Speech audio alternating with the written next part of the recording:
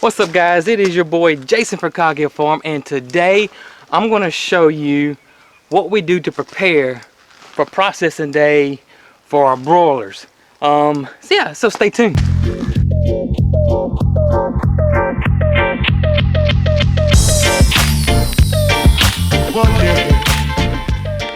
Yeah guys, this is Jason from Cog Hill Farm, and I wanted to show y'all how we prep and get prepared and what we do right before or a day before we process our broiler chickens. We got the equipment we gotta get put out and set up.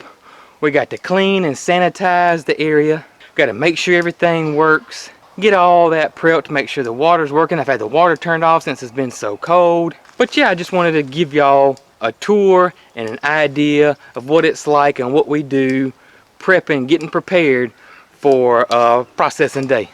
Come with me. Now this is our area right here, and it's a pergola that once was a garden pergola that ended up turning into our processing area. Let me show you around. And this is it. We got a stainless steel counter here and sink, stainless steel counter here and sink, and another stainless steel area right here. And what I'll do is I'll just clean all this off first, and then I'll come back with Clorox and just spray it all down with Clorox. I got the water turned off right now because it's been so cold here lately. And crazy thing is we've had like one solid week of super cold weather, 2 inches of snow, which is absolutely unheard of here, especially since we've already had six inches of snow a few weeks ago, which is really just doesn't happen here. And so we've had it happen twice in a matter of a month. So I got the water cut off and I got to cut it back on. Fingers crossed I don't have a busted pipe, because I already had one already in this area, even though the water was cut off. But yeah, let's get the equipment out. Let me go over the equipment we have. We'll get it out, get it set up, and get the water turned on. Then we'll start cleaning this stuff off.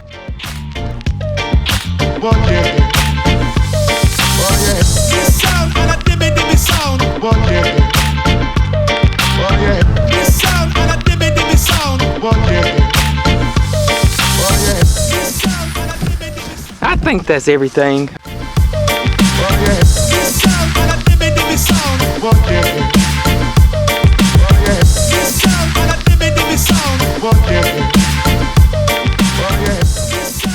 Now the main thing about the scalder is get it filled up and cut on as quick as you can, because it's cold outside.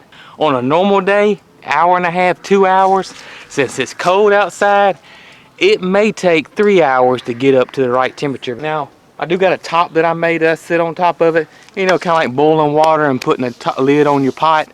Same concept, it helps. So this is my #1 priority, is to get this thing filled up with water and get it cranked up. Now this thing is solid stainless steel, very well made. It stays at a constant temperature. I think it's 156. I'll have to look and see. I used to know, but I've just done it so many times, and we've had it for a couple years now that I've totally forgot what the temperature it's set on. It's got a thermostat on it, so if it gets too hot, it cuts the gas off. If it gets too cool, it cuts the gas back on. So it keeps the constant temperature of the correct temperature.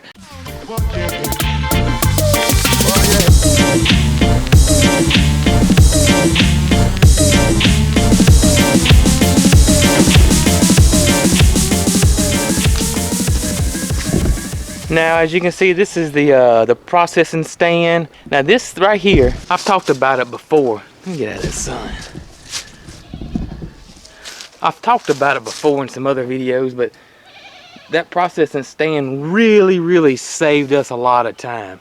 Now if you're doing if you're doing 10, 12 chickens or less, or even 20, maybe 20, and you're only doing them, you know, every so often, you know, you probably don't need this stuff, but it does save you a lot of time.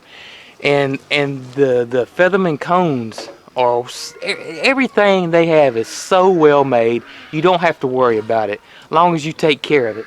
We've used traffic cones, we've used other make cones, all that kind of stuff, but these, because they fit on the the stand and how well they're made. But still, for a two-person operation most of the time, you know, this is so handy. And when you're talking about just let's just say a round number, let's say you do 60 chickens in a day. This thing saves you 1 minute a bird, just 1 minute. You multiply 1 times 60, that's an hour. So you saved yourself an hour's worth of time. That's the investment you got to think, the payback you got to think when you buy the equipment. You know, think what you're going to get back on it. We save so much time.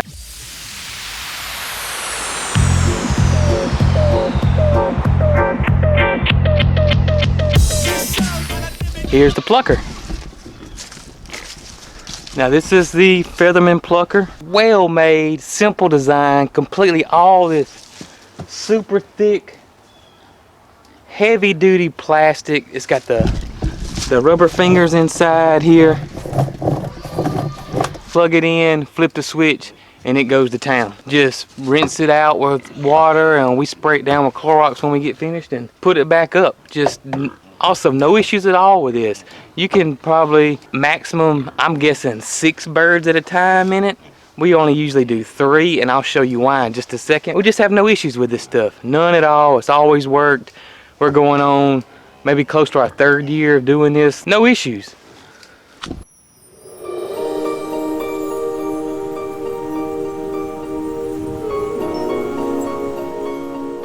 Now this little piece, or this little contraption, was a game changer.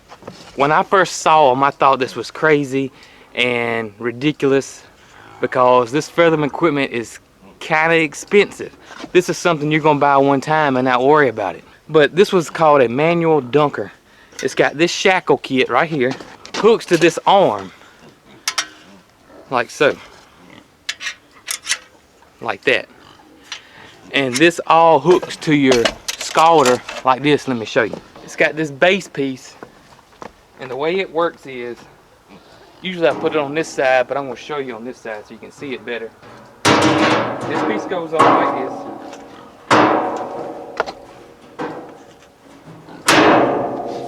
this, locks down,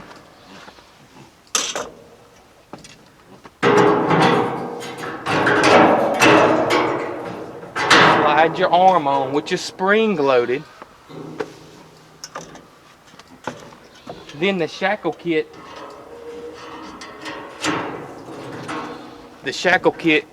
hangs on here. Now when I first saw this, and I thought, man, that's crazy. Why in the world when you could just do it by hand? Here's why. You can do 4 chickens. We usually do 3, but you can easily do 4 at a time. Think about that.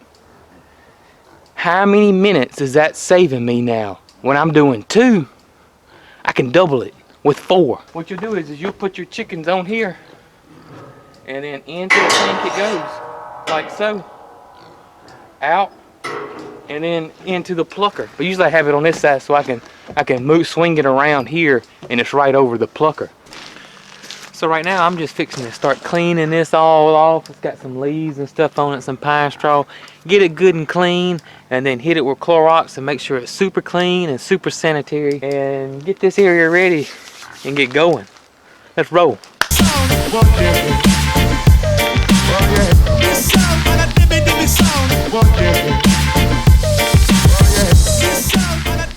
Fixing to clean these counters off with bleach, and got my mask on, got my gloves, and start wiping these things down. We're gonna spray them, wipe them off, then spray them down with a water hose. And if I see any more spots, I'll go back and do it again. It's probably overkill, but we just rather be super clean, super clean, is safe than sorry.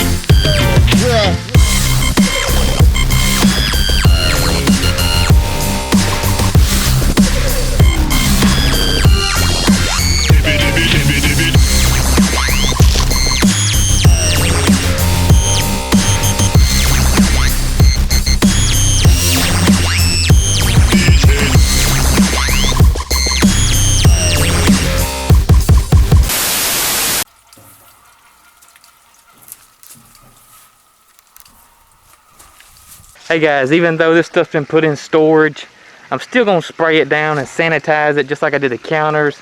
I'm gonna do my chill tank the same way. Even though it's been in storage, I'm still gonna spray it down and sanitize it all. And just make sure everything's super clean. The processing cones, all of it.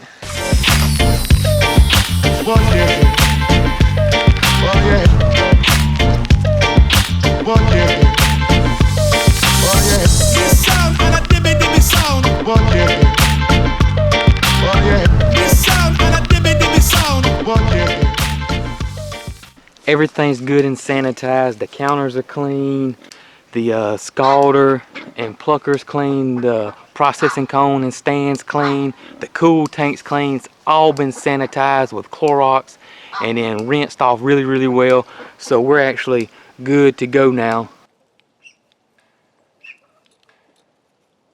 I just want to stress this again. We do a lot of chickens. You do not have to have this setup at all. Still got our old original, you know, processing cones right here, and we use these for a long time. We used the traffic cones for a while. That being said, I'm just saying you don't have to have this or any of this to process chickens. And there's some people that make their pluckers. Y'all know my old saying, do the best you can with what you got. And that's what we did for the longest time until we saved up enough money to get our equipment. But you don't have to have that stuff. You can do the best you can with what you got. You can get a turkey fryer and water, with a turkey fryer with the big pot, and that's how that can be your scalder. I've seen the drill plucker that you put in your drill to help pluck your chickens. I've seen those being used. You don't have to have, you can use traffic cones. I've seen milk jugs and Clorox bottles for processing cones. So get creative. You don't have to have this setup, but I just wanted to show y'all our setup and what we do to prepare, or what we do prior to processing. So don't see this video and get discouraged. By all means, see this video and get pumped about growing your own food. But hey guys, I hope you enjoyed the video and see how we get ready on processing day. You know, cleaning the area, getting it prepped, getting the equipment out, getting the equipment set up, getting everything done. And yeah, I hope you enjoyed. If you did, give us a thumbs up. And as always, y'all have a wonderful day. Guys, we'll catch y'all on the next one. Be good.